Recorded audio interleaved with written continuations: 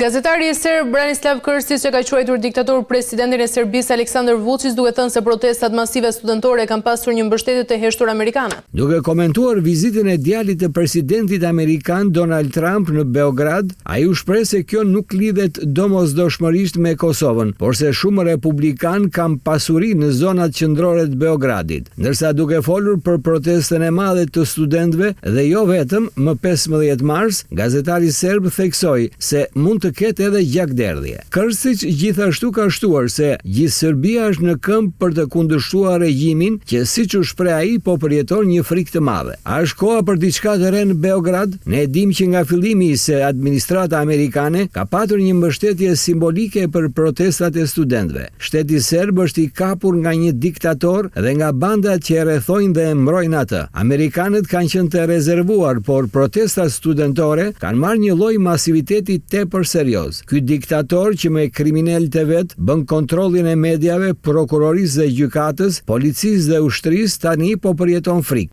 Duket gjithë Serbia është në këmbë, vërtet ka shenja se kemi një lloj mbështetje në heshtje nga administrata amerikane, por administrata amerikane nuk do të ketë përgjegjësi. Nëse më 15 mars do të kemi gjakderdhje në Beograd, theksoi gazetari serb Branislav Krstić.